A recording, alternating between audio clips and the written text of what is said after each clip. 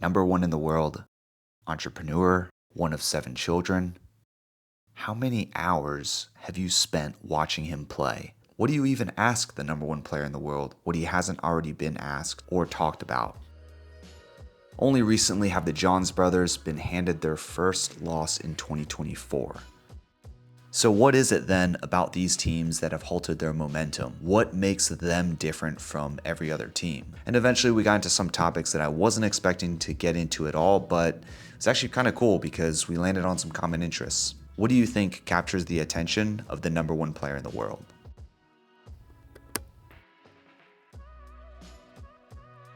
And then after that, my girlfriend planned everything.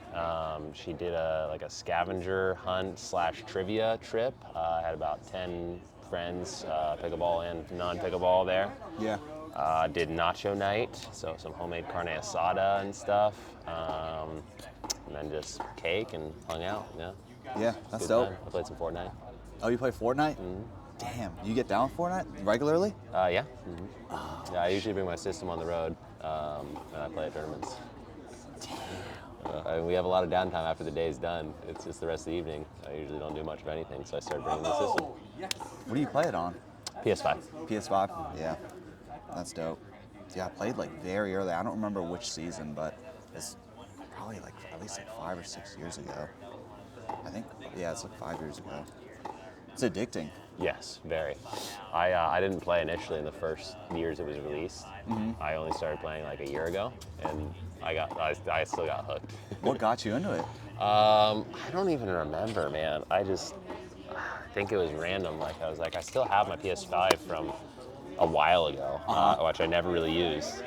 But Fortnite was free, and I was usually a Call of Duty player. But I was I think Fortnite was cool a while ago, so it's free. I'll just give it a download and try it. It turned out to be pretty addictive. And I played Call of Duty for so long that it was kind of boring at that point. Yeah, it turned out to be really fun. You talking shit on the mic too? Not really. I'm kind of like Pickleball. I don't really say much. I'm quiet. Well, dope, man. Thanks for making time to do this again. Sure. Actually, something that's top of mind is crypto. Crypto, yeah. We talked about it originally, yeah. And then you probably just maintained through it, right? Mm-hmm. Knowing I bought all the way down. I'm glad that you're a buy low, sell high, not the buy high, sell low kind of guy. No, I don't panic. Yeah. I'm a holder. I'm a hodler. Hell yeah. Was curious to know about some of the past few events. There's 3 matches and that come to mind, the Daescu and Tardio match. Mm-hmm. What was it about that match? Whether you find yourself working out, playing pickleball, or just looking for something comfortable for when you go out, Vuori has something for you. The Strato Tech Tee is by far my favorite shirt in my drawer because whatever the occasion is, it's soft, comfortable, and it fits well. And of course, a great pairing is the core shorts. The core shorts are my go-to as they come in 5 or 7-inch inseams, and the material is soft and stretchy, so they don't get caught on my legs while I'm trying to move, and they dry quickly in case you get sweaty. Shop now at vuori.com. Well, I think it was our first round. We hadn't played a men's doubles match yet, and that's obviously a very high-quality team to be playing in a first round. So Andrei's been on a tear. He's been playing really well lately, clearly. So, props to him for playing really well. And at the same time, I think Colin and I definitely don't play our best until later in the tournament. All right. Was Zane and Alshon, is that kind of similar vein, or? I think they just play very aggressively, and if they're making balls, I think they can beat just about any team just based on if you hit really low margin shots and you make your shots, and good things can happen for you. Yeah, it looked like they were going cross body on Colin. Good amount, yeah. Why does that work? Normally it doesn't work. Normally Colin just crushes those. He was just struggling with counters that day. Can't always play your best match, and I'd say he'd be the first to tell you that he usually counters bigger rather than that. I mean, part of it could just be unpredictable. He hasn't played that team before, and you don't see those patterns much. Yeah. But yeah, normally I trust him to see those again and just crush them. Does that change the way y'all practice at all? If there's a specific pattern that is occurring repeatedly, then we would probably be practicing whatever that weakness is. One match doesn't usually create a pattern, so if you see the same team and the same thing is happening, then you start looking for that stuff and practicing that stuff. But single losses don't really create patterns. Got it. speaking of that, like patterns, styles, the way like people are playing, especially if it's someone that you maybe don't see as often, maybe like Tardio, but like how do you approach deciphering your opponent's playing styles? Do you rely on like intuition, observation? It's both, yeah. You can always trust your body at least a little bit to make good decisions. It's definitely got experience playing pickleball, so you should probably trust it. If you're going into a match where you definitely need some patterns and some things to lean on, then you could certainly study beforehand. And some of it's just in-game stuff, you know, what patterns are happening during the game. You gotta be able to make quick decisions and alterations and strategy changes during a match. So that's a big part of pickleball. Yeah. Remember last year, you had briefly like glossed over, like we were talking about the changes that pickleball has gone through and like the most recent growth in this like recent wave, and you had like kind of touched on how you think they're kind of forcing a little bit of change. Do you still see that now, and like can you kind of elaborate on that? This is an ad for Bread and Butter, except this time I asked for AI's help. This is what they told me. Shopping slump got you down? Watch this. We've got a secret weapon to unleash epic savings, but listen close. This 25% off discount code is only for the first 10 people who use it.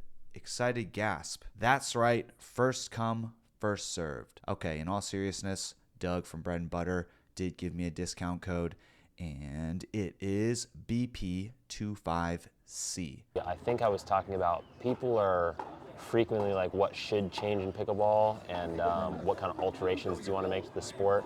And basically, I think what I was saying is that pickleball has clearly done a remarkable job as a sport of developing naturally and doing really well. Of course, there's always guiding hands and influences that shape the sport, right?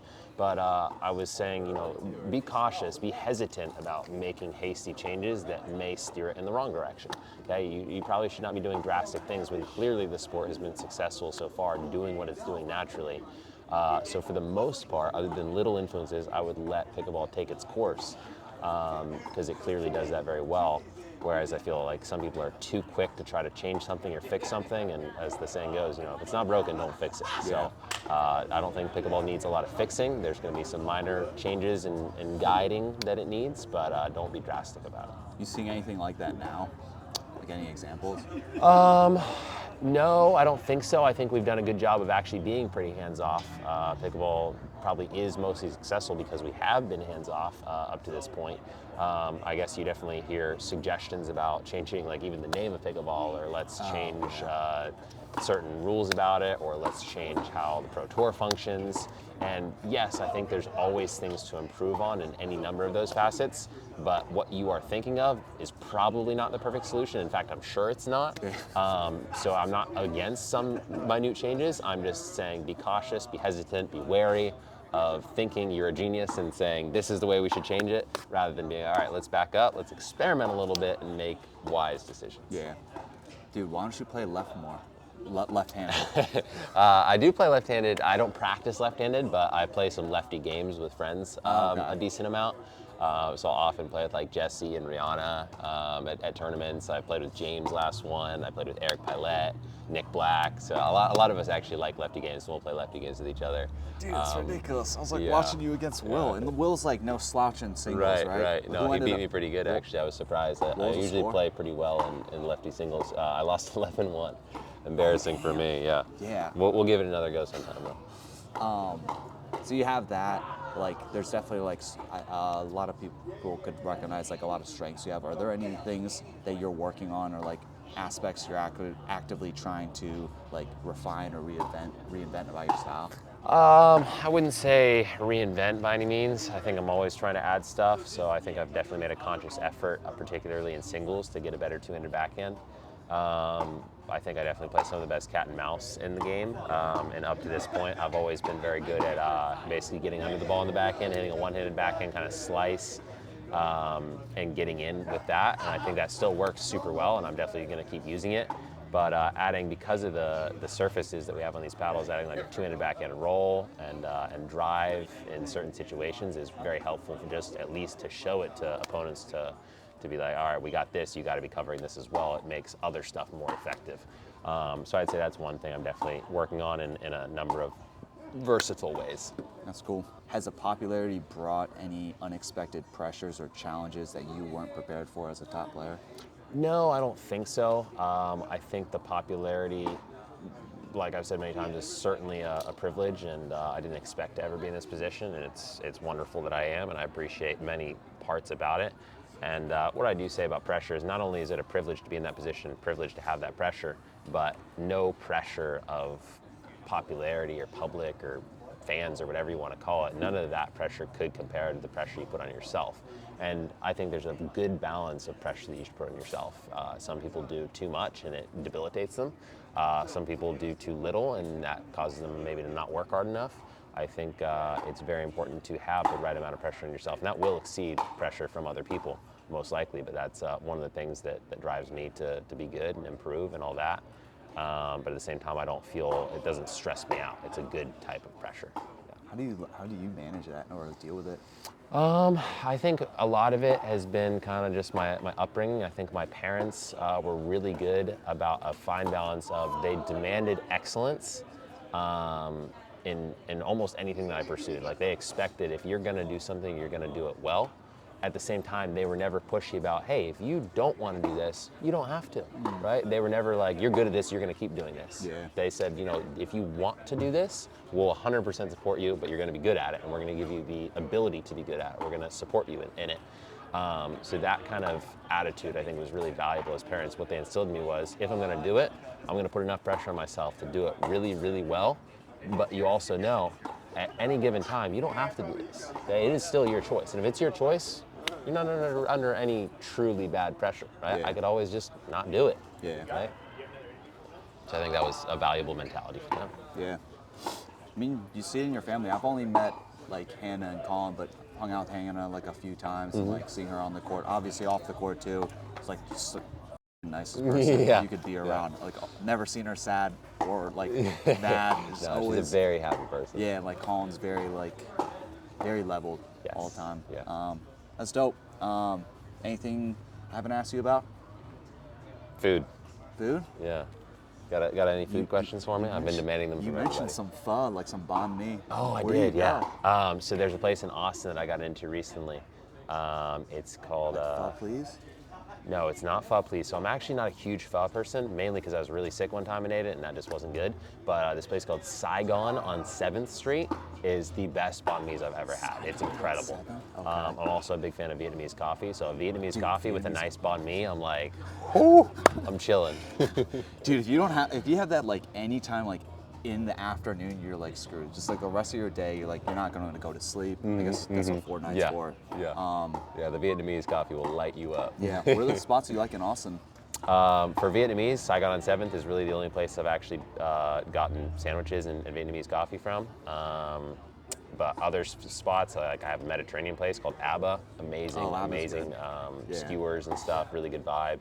My favorite steakhouse is Eddie V's. Favorite barbecue is La Barbecue. La Barbecue. I got a couple Mexican places. I got Veracruz All Natural, really good quesadillas. A fajita place, La Piscina.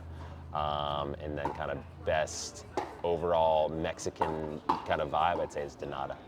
Donata's good. Donata That place is Canteen. always packed. Yeah. Yeah. And the place across from it, although not Mexican, Central Machine Works is Yeah. really cool. The pizza, super good. Always have like good shows. It's always like pretty decent crowd. Yeah. Have you been to, do you like Thai food? I love Thai Have food. you been to Thai Fresh? Thai Fresh is one of the ones I've seen reviews on that I want to go to, but I haven't been to. I've tried a lot of different Thai. 16, 18 Asian Bistro is my favorite. Yeah, off like Riverside. Yeah, because you can get really good crispy pad Thai, which is hard to find, but you can also, they have really good orange chicken, which obviously because of the fusion, they get a little bit of everything. And it's like spicy orange chicken. Oh, so good. Yeah, 1618 is dope because it's also not super expensive. You're like, I just got all this food for this much. But Thai Fresh, I'm going to give a try. Oh, have you been to Elizabeth Street Cafe? I've seen that, but I haven't been there. It's a little like it's like a modern take, but it's still good. Yeah, dope. Well, I'll keep that in mind next time. That we just need to talk more about food. Yeah, that's should've what I done care that the whole about. time. Food and Fortnite. Yeah. A little banh mi with a Fortnite. Food and That's Fortnite. my happy place. It's gonna be the future of your career. All right, thank you, Brian. Yeah, man, I appreciate it, dude. Thank you. Yeah, of course.